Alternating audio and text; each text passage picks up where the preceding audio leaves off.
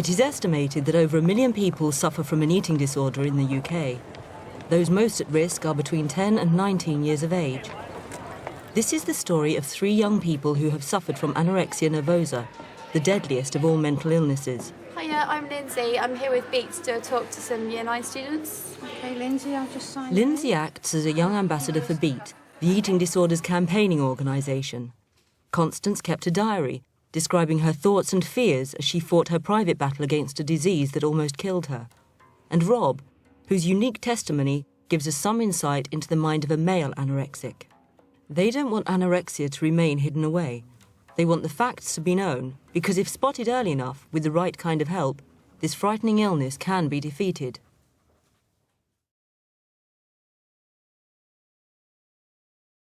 Okay, hey guys, I'm Lindsay. I'm 19 now, and I suffered from an eating disorder from the age of 14. I'm now just recovered, so I'd say I probably had it for about 4 years.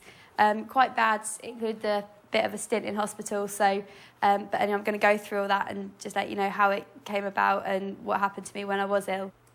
A lot of girls, go on diets about the age of 14. A lot of my friends were doing it as well. But because I have this, this predisposition to getting obsessive, I think I became obsessive about the diet and it spiralled into an illness. My weight loss was quite gradual, and for that reason it went quite unnoticed. It was my parents that picked it up because they could see that I was limiting my food a lot, and they could see that I didn't see what they see when they would say, "Oh, you're looking slim." I'd say, "Oh, no, I'm not. I need to lose some more weight." That's how it kind of became noticeable. There's loads of different things that anorexic behaviour can include. Paranoia over food, who's preparing your food, what you're eating. Deception, so you lie a lot. You lie to everyone that's looking after you. You lie to your parents, you lie to your friends. Basically, you just don't want to admit that you've got a problem because you know that means that someone's going to help you. And quite often anorexics don't want to be helped. When I wasn't eating so much lunch, I think my friends did start to notice, and they'd say to me, "Oh, is that all you're having today?" And I would either pretend that I'd eaten more earlier, so I'd say, "Oh yeah, I've already had something at break," or "I've eaten my sandwiches already," or I would just say, "Well yeah, I'm not that hungry." And at that stage I thought that was how I felt. I knew that I was a little bit hungry, but I didn't think, "Oh, it's because I'm ill." It was only when my illness progressed and that the school got involved and my parents found out that my friends then started to really confront me about not eating. Detecting the early signs of anorexia is vital, but what should we be looking out for? Professor Janet Treasure is a leading authority on eating disorders. It's very important that responsible adults and friends are alert to the signs of an eating disorder, because we know that early intervention is so critical in stopping it becoming really embedded in the individual's body and personality. But what is difficult and what responsible adults around can help with is that the individual themselves doesn't think there's anything wrong. It's definitely not something that you know what you're doing. When I started dieting, I thought I was like everyone else, and when everyone's telling me to stop, I couldn't understand why. I thought that my parents had some sort of control issue over me, and even when they brought up the term anorexia and the doctor brought it up with me, I was still very close to it because I assumed that anorexia is where a girl is a bag of bones and she's not eating anything. The skills of detection are very important, and noticing that somebody has lost weight, but often they'll disguise that with sort of baggy jumpers. Being very sensitive to the cold, so wanting to sit next to the radiator, not wanting to go out, having blue fingers, a rather blue peaky nose, is a very good sign. Becoming more isolated from others, not being able to join in. But on the other hand, maybe getting A's in academic work. Experts believe that anorexics share some common personality traits. They tend to be highly competitive individuals who often put a lot of pressure on themselves to succeed. Stress can have a profound impact on the mind of an anorexic. Lindsay's anorexia started to accelerate around the time of her GCSEs, when she was suffering from high levels of anxiety. She felt she needed something to make her feel good about herself. Anorexia became her friend. It's sort of like something coming from outside of you and taking over your mind and telling you things that aren't true. And like for me, I knew that they weren't true, but this thing that had come in was so powerful that it stopped me from eating or from listening to the people that loved me and that were trying to help me. It was so powerful that there's nothing you can do about it, and it turned me into a completely different person. I'd gone from being calm, friendly, to being very sort of inward. I didn't want to be friends with anyone. I didn't want to see my friends. If my parents tried to get me to do something I didn't want to do, then I became very, very violent. I was smashing things, like hitting out, all sorts of things that is just completely out of my nature. There are loads of different causes for anorexia. You can't really just say, you know, someone's got anorexia because of this, because every different case has a different background to it. For me, it was a mixture of different things, and I think that's probably what happens with a lot of sufferers. I was going through a really bad time in my life because I'd been sexually assaulted when I was 14. It was a family holiday, actually. We were staying in a really, really nice hotel, and my parents and I became friends with the photographer who was actually hired by the hotel. He was like a friend to us, but then one night he sort of took me to the side. I was 14, I was naive, I hadn't really had boyfriends at that stage, had no idea what his intentions were, and then he assaulted me down by the beach where there was no one around, and then I came away feeling very, very guilty that I'd done something wrong, that I'd led him on. I came home from that holiday where that happened, and my nan then died. I was having all sorts of inner turmoil, and it kind of brought me into a depression, and then I took out my depression on my food. Lindsay kept the sexual assault a secret. She didn't want to tell her friends or her parents. She felt very isolated and helpless. There appeared to be no way out of her misery. I was having a really, really bad day. I'd just been told that because of me, we couldn't go on a family holiday because the insurance company didn't want to touch me because I had anorexia on my records. So I felt guilty because of that, and my parents had been rowing a lot, so I just thought, you know, maybe it's better if I'm not here.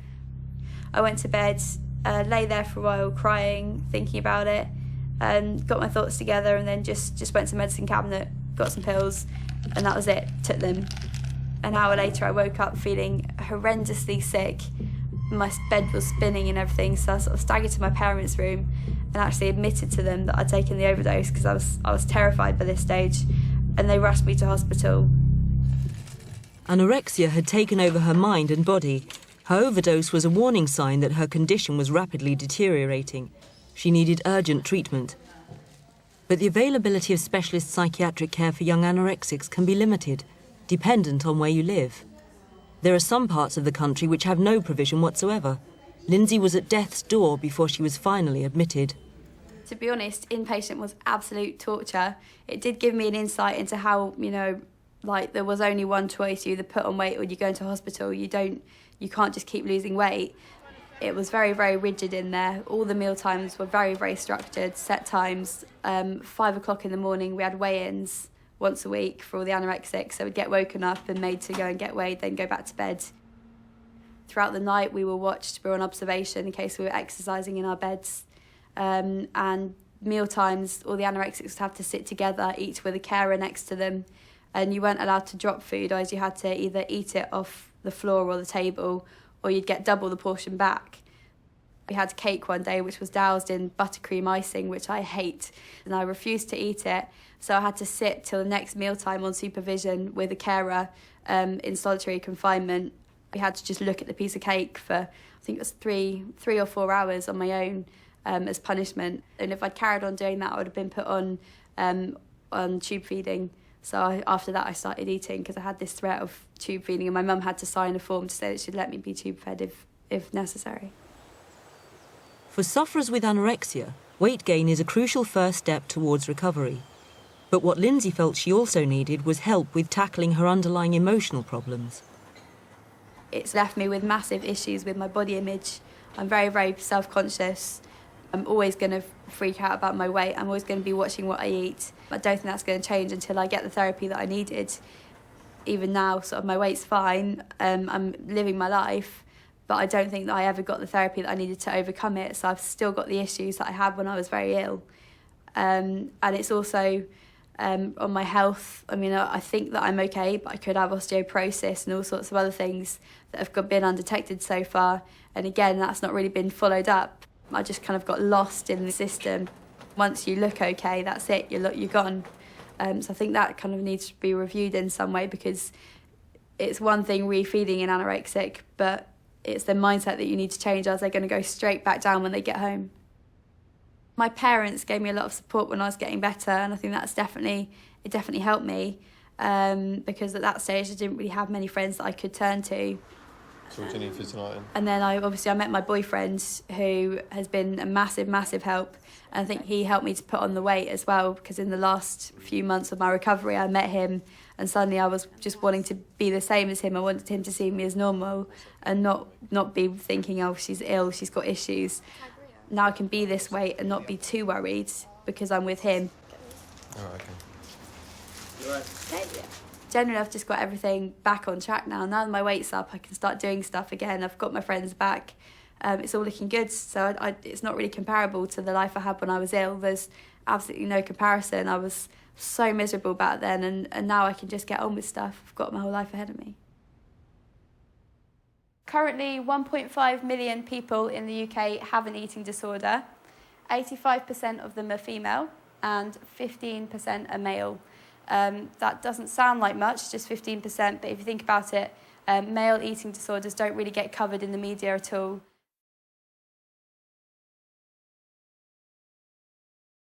I think with young men, the reason that it's not often perceived as something that happens to them is largely, I suppose, due to cultural expectations, gender expectations, because anything to do with weight or appearance, or perhaps behind that at a deeper level to do with emotional well-being, is perceived as being more feminine. It's a common myth that only girls suffer from eating disorders. Boys get anorexia too. In fact, roughly 1 in 10 cases are male, and many more may be going undetected. Rob is 15 and lives with his dad and his mum, who works as a palliative nurse. He goes to a state school on the south coast of England. When I went up to secondary school, I became quite low, really. I mean, it took a few years, but I think I probably became very depressed towards the end of that. Felt very bad with myself and set very high expectations of myself, withdrawing and such, and began to be much more introverted than I'd ever been before, really. Triggers for anorexia in young men can include social pressures, being bullied or abused, and, in Rob's case, coping with bereavement after the death of a close friend's parent. I think I took on quite a bit of the guilt for that, because I had a stable relationship with both parents. And so around this time I started to stop treating myself, really. It would be, I don't deserve any really good things to happen to me. I would, cut myself off from all social communication, really, with my friends and people at school. Also, I began to withdraw almost everything I was eating. I mean, I was eating a very small amount and exercising more.